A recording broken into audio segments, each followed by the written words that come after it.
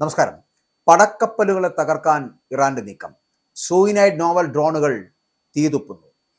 ലോകത്തെ ഞെട്ടിച്ചുകൊണ്ട് ഇറാന്റെ വേട്ട നടക്കുന്നു. ഇറാനെ ചെറുതായി കാണാൻ കഴിയില്ല.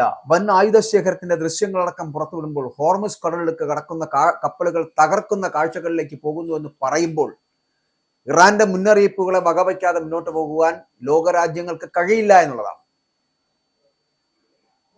അമേരിക്കയ്ക്കും ഇസ്രായേലിനുമൊക്കെ ശക്തമായിട്ടുള്ള മറുപടി നൽകുന്നതിനായിട്ട് സജ്ജമാക്കിയിട്ടുള്ള വിനാശകാരികളായിട്ടുള്ള സൂയിനൈഡ് നോവൽ ഡ്രോണുകളുടെ വലിയൊരു ശേഖരം ഇറാൻ പുറത്തിറക്കിയിരിക്കുകയാണ്.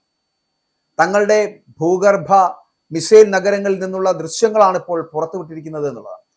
ഹോർമുസ് കടലിടുക്കുൾപ്പെടെയുള്ള തന്ത്രപ്രധാനമായിട്ടുള്ള കടൽപാതകളിലൂടെയുള്ള കപ്പൽ ഗതാഗതം പൂർണ്ണമായിട്ടും തടസ്സപ്പെടുത്തുന്നതിനായിട്ട് നൂറുകണക്കിന് ഡ്രോൺ ബോട്ടുകളാണ് ഇറാൻ സൈന്യം വിന്യസിച്ചിരിക്കുന്നത് എന്ന് ആ വീഡിയോയിൽ നിന്ന് വളരെ കൃത്യമായിട്ടും വ്യക്തമാകാൻ കഴിയുന്നുണ്ട്. അമേരിക്കൻ യുദ്ധക്കപ്പലുകളെ ലക്ഷ്യമിട്ട് കടലിനടിയിലൂടെ സഞ്ചരിക്കുന്ന ഇത്തരം ഡ്രോണുകൾ ആദ്യമായിട്ട് യുദ്ധമുഖത്ത് ഉപയോഗിച്ചത് ആഗോളതലത്തിൽ തന്നെ വലിയ ആശങ്ക ഉണ്ടാക്കിയിട്ടുണ്ട് എന്നുള്ളതാണ്. അതേസമയം ഇറാൻ ഇസ്രായേൽ അമേരിക്ക യുദ്ധം 14ാം ദിവസത്തിലേക്ക് കടക്കുമ്പോൾ ഇറാനിലെ വിവിധ സൈനിക കേന്ദ്രങ്ങൾ ലക്ഷ്യമിട്ട് അമേരിക്കയും ഇസ്രായേലും ആക്രമണം ശക്തമാക്കിയിരിക്കുകയാണ്. കഴിഞ്ഞ 24 മണിക്കൂറിനിടെ ഇറാന്റെ മിസൈൽ വിക്ഷേപണ കേന്ദ്രങ്ങളും ആയുധ നിർമ്മാണ ശാലകളും ഉൾപ്പെടെ 200-ലധികം ലക്ഷ്യങ്ങൾ തകർത്തതായി ഇസ്രായേൽ പ്രതിരോധ സേന അവകാശപ്പെട്ടിരിക്കുന്നു. ഇറാനിലെ പുതിയ പരമോന്നത നേതാവ് മുസ്തഫ ഖമേനിക്ക് പരിക്കേറ്റതായും അദ്ദേഹത്തിന്റെ ആരോഗ്യനില മോശമാണെന്നുമുള്ള സ്ഥിരീകരിക്കാത്ത റിപ്പോർട്ടുകൾക്കിടയിലും തിരിച്ചടി നൽകുന്നത് തുടരുകയാണ് ഇറാൻ. വളരെ തർക്കമറ്റ രീതിയിൽ പടക്കപ്പലുകളെ അടക്കം അടിച്ചു തകർക്കുന്ന തരത്തിലേക്ക് ബോംബ് വിക്ഷേപണം നടത്തി തരിപ്പണമാക്കുന്ന തരത്തിലേക്ക് ഇറാൻ അവരുടെ തിരിച്ചടി നൽകിക്കൊണ്ടിരിക്കുകയാണ്. യുദ്ധം ശക്തമായതോടെ ആഗോള വിപണിയിൽ അസംസ്കൃത എണ്ണവില കുതിച്ചുയരുന്ന സാഹചര്യമാണ് ഉള്ളത് എന്നുള്ളത് സത്യമാണ്. ഹോർമുസ് കടലിടുക്ക് വഴിയുള്ള എണ്ണ വിതരണം തടസ്സപ്പെട്ടതോടെ ക്രൂഡ് ഓയിൽ വില ബാരലിന് $100 മുകളിലേക്ക് എത്തിയിരിക്കുന്നു എന്നുള്ളതും സത്യമാണ്.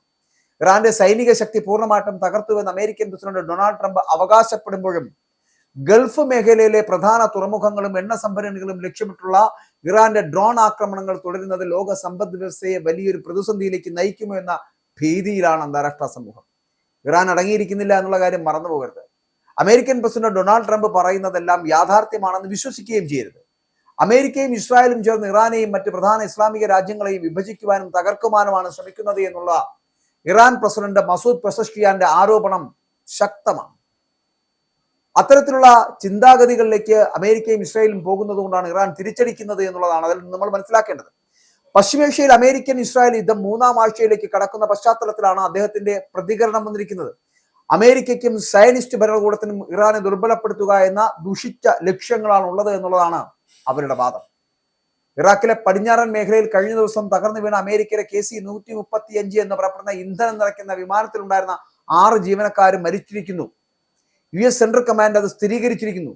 സംഭവത്തിന്റെ യഥാർത്ഥ കാരണം എന്താണെന്ന് കണ്ടെത്തുവാനുള്ള അന്വേഷണം പുരോഗമിക്കുന്നുണ്ട്. പക്ഷേ ശത്രുക്കളുടെ ആക്രമണമോ സൗഹൃദ സേനയുടെ വെടിവെപ്പോ കാരണമല്ല വിമാനം തകർന്നത് എന്ന് അധികൃതർ ആവർത്തിച്ച് വ്യക്തമാക്കുമ്പോഴും ജീവനക്കാരുടെ പേര് വിവരങ്ങൾ 24 മണിക്കൂറിന് ശേഷം മാത്രം പുറത്തുവിടുകയുള്ളൂ എന്ന് പറയുമ്പോഴും ആക്രമണം നടത്തിയതിന് പിന്നിൽ ഇറാൻ തന്നെയാണ് എന്ന് ഇറാൻ അവകാശവാദം ഉന്നയിക്കുന്നുണ്ട്. മാർച്ച് 2 മുതൽ ലബനനിൽ ഇസ്രായേൽ നടത്തുന്ന വ്യോമാക്രമണങ്ങൾ ഇതുവരെ 773 പേർ കൊല്ലപ്പെട്ടതായിട്ടുള്ള വിവരം വരുന്നുണ്ട്. അതിൽ 103 കുട്ടികൾ ഉൾപ്പെടെ 1933 പേർക്ക് പരിക്കേറ്റിട്ടുണ്ട്. തെക്കൻ ലബനനിലെ അതിർത്തി പ്രദേശങ്ങൾക്ക് കൂടുതൽ സൈന്യത്തെ അയക്കാൻ വേണ്ടിയിട്ട് ഇസ്രായേൽ സൈനിക മേധാവി നിർദ്ദേശം നൽകി കഴിഞ്ഞിരിക്കുന്നു. നബാത്തിയെ അൽ ഫൗക്കിയ പള്ളി ഇമാം ഷെയ്ഖ് ഹസൻ ഗന്തൂർ ഇസ്രായേൽ ആക്രമണത്തിൽ മരിച്ചു എന്നുള്ള വാർത്തകൾ വരുന്നു.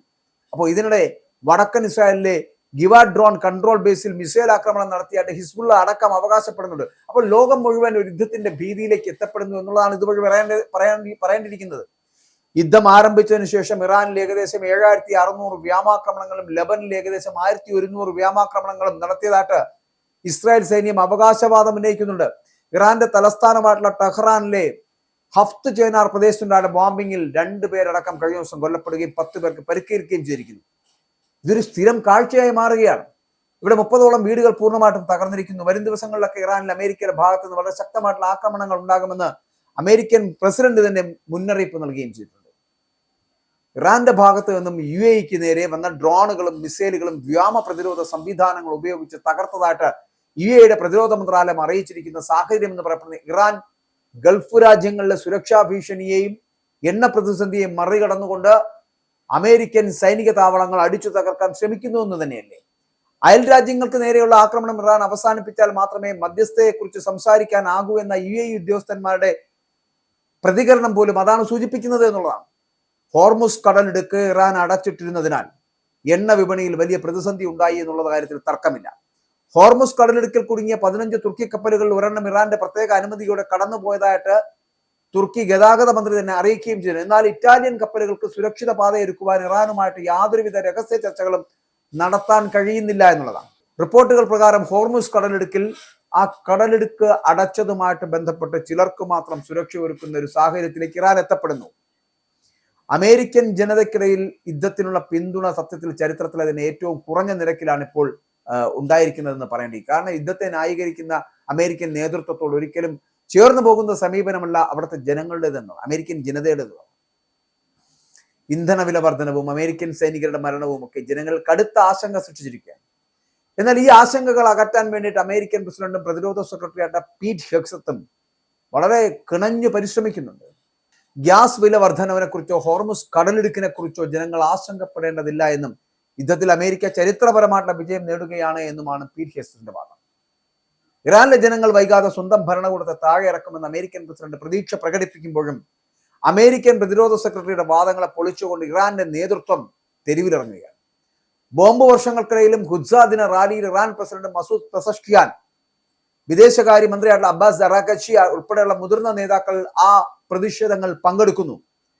ഭീരുക്കളുടെ ആക്രമണത്തിന് മുന്നിൽ ഇറാൻ ജനത ഒരിക്കലും മുട്ടുമടക്കില്ല എന്ന് അബ്ബാസ് അറാഖച്ചി അടക്കം പ്രതികരിക്കുന്നു. അപ്പോൾ ഇതിനിടെ യുദ്ധം കാരണം ദുരിതം അനുഭവിക്കുന്ന ലെബനിലെ ജനങ്ങളെ സഹായിക്കുന്നതിനായിട്ട് UN secretary general Antonio Guterres $325 ദശലക്ഷം ഫണ്ട് സമാഹരണത്തിന് ആഹ്വാനം ചെയ്യുന്നു.